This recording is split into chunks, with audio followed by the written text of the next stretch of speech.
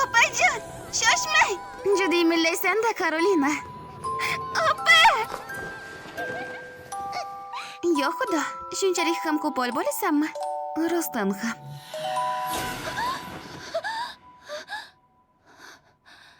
Men ismim Karolina Sanches. Sancheslar xonadoni Selesiya qirolligidagi yagona knyazlik xonadonidir. Va bizning nomimiz qirollik tarixini bezab kelgan. Bir paytlar eng kuchli jangchilarni yetishtirib chiqqan. Boshqa payt esa millat tayanchi bo'lgan bosh vazirlarni qaysi davr bo'lishidan qat'iy nazar Sancheslar xonadoni mamlakatimiz uchun umid chirog'i bo'lib kelgan. Va bu shonli Sancheslar xonadonida ikkita qiz dunyoga keldi. Aqlli opam Floradan farqli o'laroq, men oddiyman va hech qanday iqtidorga ega emasman. Bu esa Sancheslar xonadoni uchun sharmandalik hisoblanadi. O'z ustimda ishlash uchun shuncha qurbon qilgan tunlarimga qaramay, men hech qachon Floradek bo'la olmayman. Knyazning ikkinchi qizi sifatida uzoq vaqtdan beri bir narsani orzu qilaman. Nima bo'lsa ham, faqatgina bitta narsa. Faxrlana oladigan iqtidorim bo'lishini xohlayman.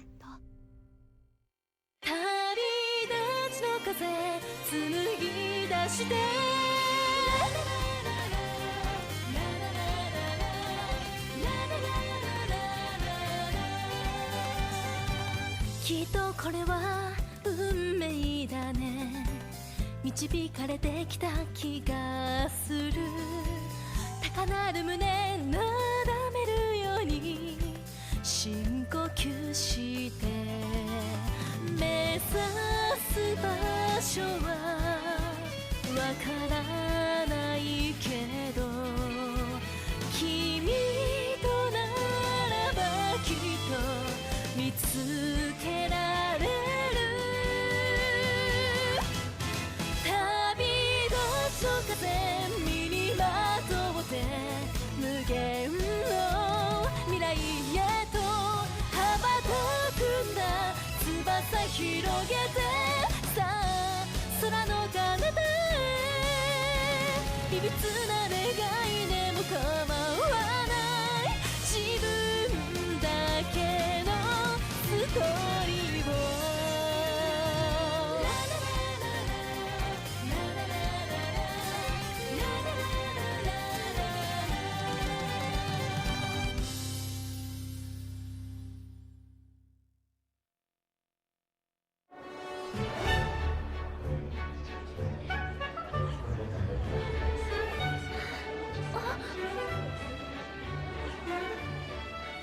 Flora xonim. Qo'yil. U bugun ham har doimgidek go'zal.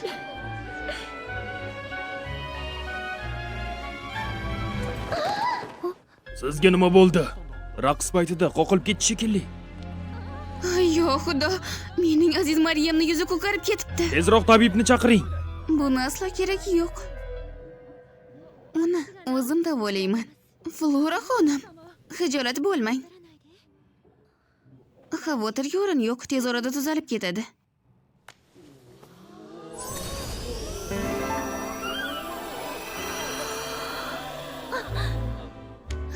Azizim Mariya, oyijon, xayriyat ey. Demak, Flora xonim, muqaddas sehri bor ekanda.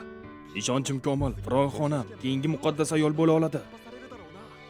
Flora xonim bizning keyingi muqaddas qizimiz bo'lishi aniq. Rostdan ham Klaudiya xonimning izidan borib muqaddas qiz bo'ladi. Klaudiya xonimning izidan borishi aniq. Muqaddas qiz bu Selesiya qirolligiga xos bo'lgan unvon bo'lib, favqulodda muqaddas sehrga ega bo'lgan qizlarga beriladi. Hamma aytganidek, menimcha keyingi muqaddas qiz albatta Flora bo'ladi. Siz juda ham ajoyibsiz, Flora xonim. Singlingizga kelsak, bechora Karolina xonim haqida bunday gapirish biroz shafqatsizlik emasmi? Lekin bu haqiqat-ku. Sizlardan iltimos qilaman. Singlimni bunchalik haqorat qilmanglar. Bilib qo'yinglar, Karolina juda ham ta'sirchan. Biz bu ma'noda aytmagan edik. Buni bilaman. Shunchaki biroz oshirib yubordingiz. Shunday emasmi? Ha, shunday. Ishonchim komilki, Karolina ham sizlarni kechiradi. Kelinglar, birga uzr so'raymiz. Karolina xonim, aytgan barcha qo'pol gaplarim uchun juda ham afsusdaman. Karolina xonim, agar sizni xafa qilgan bo'lsam, chin dildan uzr so'rayman. Men ham uzr so'rashimga ijozat ber, Karolina. Ularning ikkovini ham kechirasanmi? Agar siz ham shunday desangiz, opa. Katta rahmat yarashib bo'lganingizdan juda ham xursandman. Yaxshimisan, Karolina? Haqiqatni eshitish og'ir botgan bo'lsa kerak, shundaymi? Nima bo'lganda ham, sen Sancheslar xonadonida yagona sharmandali qizsan.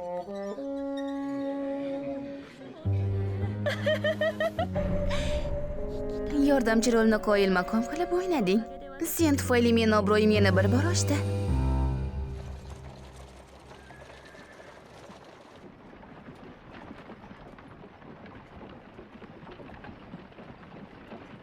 Yuzingdagi bu ifoda nimasi?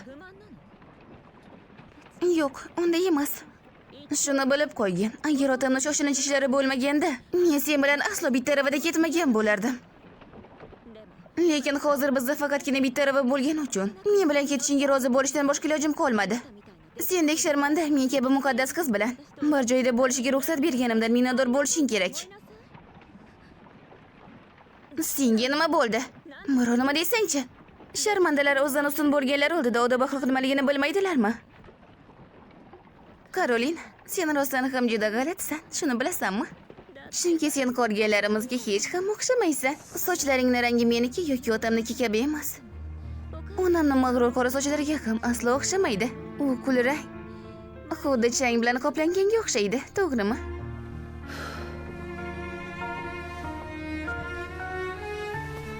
Seni qip-qizil ko'zlaring esa men onamning och pushti ko'zlarini meros qilib oldim. Lekin sening yorqin qip-qizil ko'zlaringga qara. Ular hech kimnikiga o'xshamaydi. Hatto otamning yashil ko'zlariga ham aslo o'xshamaydi. Ba'zida rostdan ham meni singlim ekanligingga shubhalanib qolaman. Aftidan, ba'zilar seni marhuma knyazning xuddi o'zisan deyishadi. Lekin ishonchim komilki, ular shunchaki piching qilyapti. Chunki sendek sharmandaning bizning go'zal onamizga o'xshashi mutlaqo imkonsiz. Oh, kechirasan. Axir onam haqida ko'p narsa bilmaysan-ku, to'g'rimi? Floraning aytgan har bir so'zi yuragimga sanchilgan pichoqdek bo'lyapti. Iltimos, bas qil. Yalinaman. Iltimos, boshqa hech nima dema. Opa, agar sizga biror yomonlik qilgan bo'lsam uzr so'rayman. Shuning uchun iltimos. Chunki yo'q, iltimos, unday qilmang. Buni hechni umuman xohlamayman. Sen tug'ilganingda onamiz men hech qachon onam bilan ko'rishish yoki suhbatlashish baxtiga muyassar bo'lmaganman. Mening onam Knyagina Karen Sanches edi. Meni dunyoga keltirgach, ko'p o'tmay kasallikdan vafot etgan. Ahvoli yomonlashishiga shubhasiz tug'uruq sabab bo'lgan. Men tug'ilmaganimda onam ehtimol hali ham tirik bo'lgan bo'lardi. Onamiz haqiqatdan ham ajoyib inson edi. U juda mehribon va shafqatli, xuddi samoviy onaning o'zginasi edi. Shuning uchun ham uni o'ldirganing uchun seni hech qachon kechirmayman. Va uni o'zginasi ekanligingni mutlaqo rad etaman. Butun borlig'im bilan sendan hazar qilaman.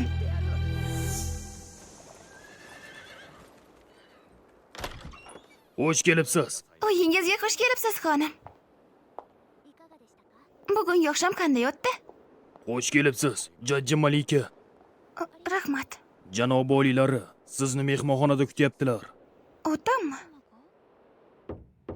Karolina xonim keldi, janob oliylari, bu yoqqa.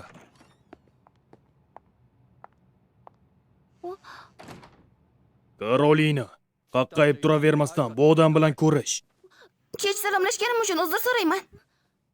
Meni kechirasiz. Men Sancheslar xonadonining ikkinchi qizi Karolina bo'laman. Oliy hazratlari qirolni atang. Axir bu yerga yashirinchi kelganman.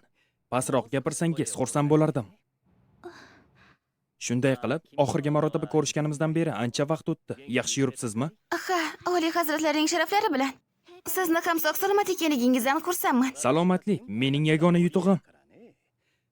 Maqtanchoqlikni yomon ko'raman-u, lekin hayotimda hech kasal bo'lmaganman. Qoyil maqom shunday emasmi? Menimcha bu ajoyib.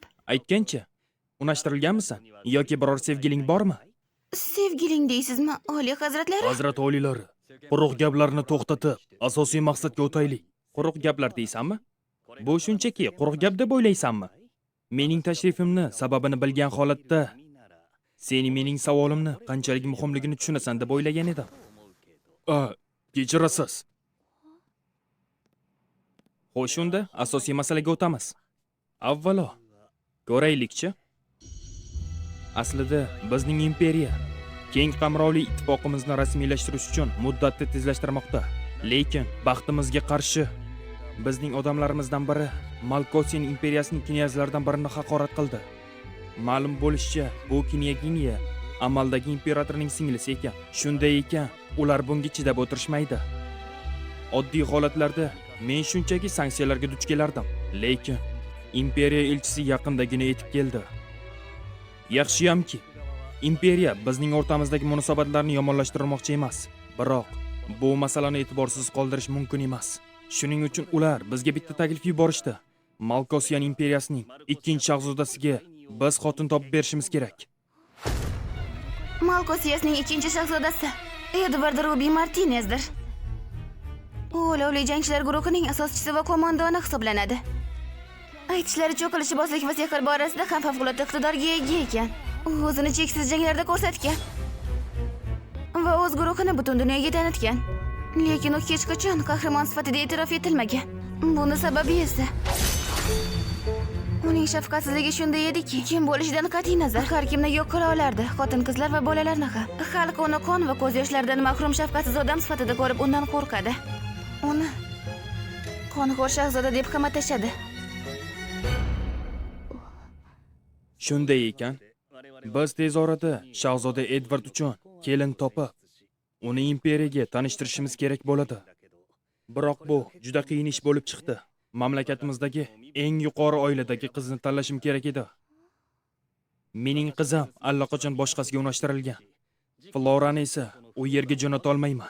Axir muqaddas avliyoga nomzod bo'lib turibdi. Boshqacha qilib aytganda, siz meni Oliy Hazratlari shahzoda Edvardga turmushga chiqishimni xohlaysiz. Darhaqiqat, haqlisan. Mening ham niyatim xuddi shunday edi. Axir sen knyazning qizisan. Men o'rnimni bosoradigan odamlar tiqirib yotibdi. Lekin Floraning o'rnini hech kim bosa olmaydi. Shuning uchun ham ular meni tanlashdi. Endi vaziyatni senga tushuntirib berganimdan keyin boyagi savolimga endi javob berarsan? Karolina xonim, birorta sevganingiz bormi? Yo'q. Oliy hazratlari, hech qanaqasiga yo'q.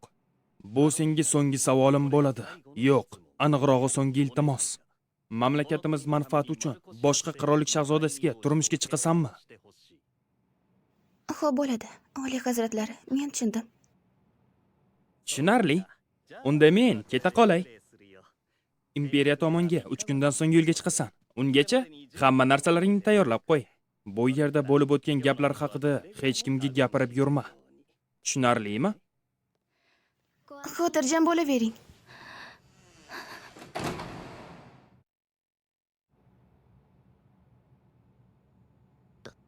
Nima qilsam ekan? Otam bilan yolg'iz qoldim. Balki biror nima haqida gaplasharman, lekin nima haqida? Karolina. Shahzoda Edvard hazratlariga turmushga chiqish haqida ikkilanyapsanmi? Agar shunday bo'lsa, men Oliy hazratlaridan bu rejadan voz kechishni so'rayman. Shuning uchun menga rostini ayt. Agar shunday qilsangiz, mamlakatimizda holi nima kechadi? Menga desa yo'q bo'lib ketmaydimi? Buni o'zim ham tushunib turibman. Hozir taklif qilinayotgan narsa qanchalik bema'niligini shunga qaramay, qizimni qurbonlik sifatida boshqa davlatga erga berib yuborish shunchaki jim qarab tura olmayman. Chunki sen mening suyukli qizalog'imsan. Nima? Hozirgina nima dedingiz? Rejani to'xtatmoqchiman. Yo'q, men uni aytmayapman. Ha? Men o'zimni har doim hech kimga kerak emasman deb o'ylardim. Men sharmandaman, shuning uchun birovni mehriga loyiq emasman deb hisoblardim. Buni senga kim aytdi? Axir bu bema'nilik. Katta rahmat otajon. Men bu turmushni ikkilamasdan qabul qilaman. Buni rostdan ham aytdingmi? Bunga sen rozimisan? Agar bu Selesiya qiroligiga xizmat qilsa va xonadonimizga foyda keltirsa, bu men uchun katta sharafdir. Tushunarli. Agar shunday deb hisoblasang. Har holda aynan men bo'lishim kerakligini hech qanday sababi yo'qligi biroz achinarli. Xuddi shu jihatdan ham Karinga o'xshaysan. Otajon, men rostdan ham onamga o'xshaymanmi? Darhaqiqat, sen xuddi Karinning o'zginasisan. O'zingga nisbatan qattiqqo'lliging va boshqalarga mehribonliging, hech qachon o'z mehnatingni ayamasliging, bularning barchasi sen xuddi Karinning bir tomchi suvdek o'xshashsan. Otajon, agar malol kelmasa, onam haqida ko'proq narsa aytib bera olasizmi? Bu yerdan ketishimdan avval u haqida ko'proq ma'lumot bilmoqchiman. Albatta. Shundan keyin otam bilan onam haqida tuni bilan suhbatlashdik. U o'jar harakatlari bilan shaxmatda uni bir marta yengganini, u yashirincha pishirgan tungi yeguliklari qanchalik mazali bo'lganlari haqida, u qanchalar mehnatkash va jiddiy bo'lsa-da, ba'zida hazillashib, uni xolajoniga qo'ymasligi haqida va u Flora bilan gul tergani boshini qanchalik yaxshi ko'rgani haqida, hamda umrining so'nggi daqiqalarigacha biror marta ham hech kimga nisbatangina qudrat saqlamagani haqida. Go'yoki bebaho xazinani ko'z-ko'z qilayotgandek, har bir so'zi orqali onam haqidagi xotiralarni ehtiyotkorlik bilan aytib berdi. Xullas qisqasi, shunaqa bo'lganda.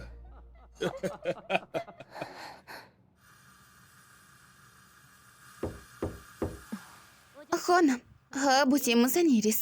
Kiraver.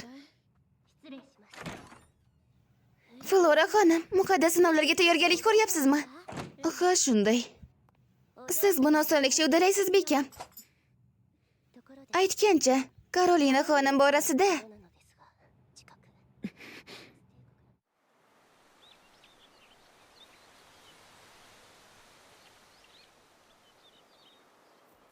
Agar to'g'ri eslayotgan bo'lsam, sulsud gullari ko'k ranglisi o'zgarmas muhabbat, oq esa kamsukun muhabbatni anglatadi. Nima bo'lishidan qat'iy nazar, otamning bunchalik romantik ekanligi hayratlanarli. Karin, sen bu dunyoni tark etganingga 16 yil bo'ldi. Ammo shunga qaramay, sensiz hayotga umuman ko'nikolmayapman. Yodimga tushishing bilan ishtiyoqsiz ravishda izlaringni izlayman. Aytgancha, bugun Karolinani olib kelganman. Ko'rishmaganimizga ham ancha bo'ldi, onajon. Tug'ilishimda menga meros qilib qoldirgan matonatingiz tufayli ahvolim yaxshi. Sog'-salomat ekanligi meni yagona xislatim, lekin men rostdan ham turmushga chiqyapman. Ertaga Malkosiyan imperiyasiga yo'l olaman. Onajon, menimcha bugun sizni qabringizni ziyorat qilishimning so'nggi kuni bo'lsa kerak. Shuning uchun ham mendan bitta narsani so'rashga ruxsat bering. Onajon, meni dunyoga keltirganingizdan xursandmisiz? Celestia qiroliga asl soddalari meni Sancheslar xonadonining sharmandasi deb hisoblashadi. Menda na biror aql zakovat bor, na iqtidor. Buni ustiga sizni o'limingizga ham men sababchi bo'ldim, onajon. Biror marta bo'lsa ham mendek sharmandani dunyoga keltirmaganim dedi deb o'ylaganmisiz? Karolina, bas qilsangchi. Uzr so'rayman. Bunday qo'pol narsani so'raganim uchun meni kechiring. Shuni aytishim kerakki, men o'z holimdan umuman afsuslamayman. Onajon.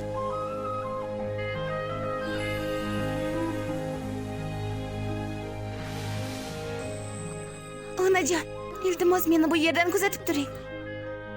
Boshqa taqdirimdan aslo qochmayman. U holda, onajon, o'zingizni ehtiyot qiling.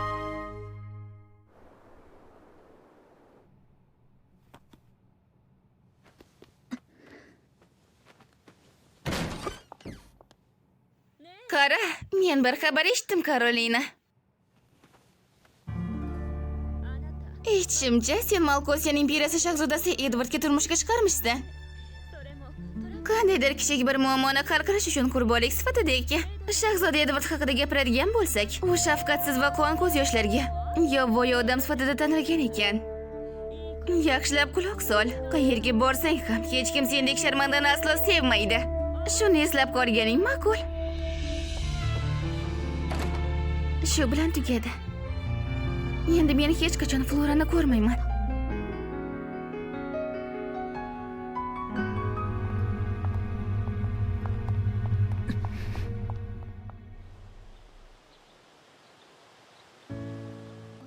Ota, band bo'lishingizga qaramay meni kuzatishga kelganingiz uchun katta rahmat.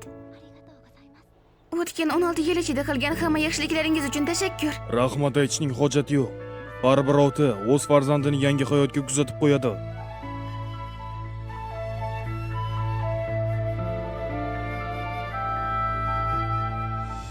Karolina Sanchez, men sen bilan faxrlanaman. Men va Karen uchun, dunyoga kelganing uchun sendan minnatdorman. Aziz qizalog'im, Karolina. Men ham xuddi shunday. Sizga katta rahmat otajon. Bu so'zlarni eshitib ko'nglim shunday xotirjam tortdiki. Sen alohida iqtidorga ega yoki eng zo'ri bo'lishing shart emas. Shunchaki baxtli va sog'lom hayot kechar. Sendan so'raydigan yagona narsam shu. Shunday qilaman, otajon. Alvido.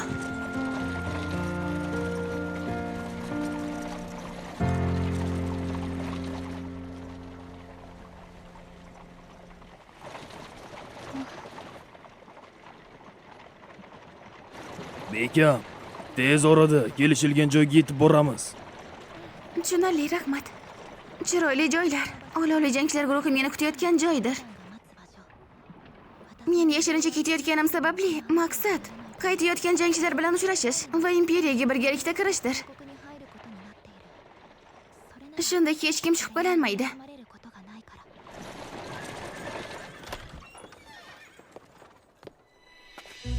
Ekspeditsiyadan endigina qaytishganini hisobga olsak, qo'shinlar orasidan ham juda ko'p ekan.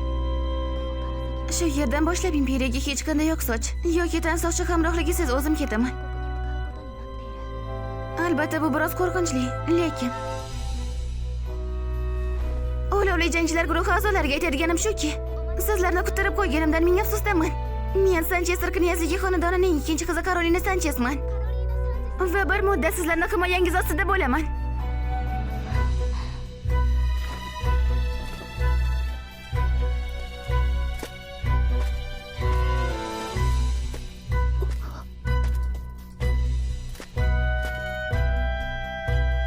Bu kishi Malkosiya imperiyasining ikkinchi shahzodasi va olovli jangchilar guruhining asoschisi va qo'mondonidir. Edward Ruby Martinezdir.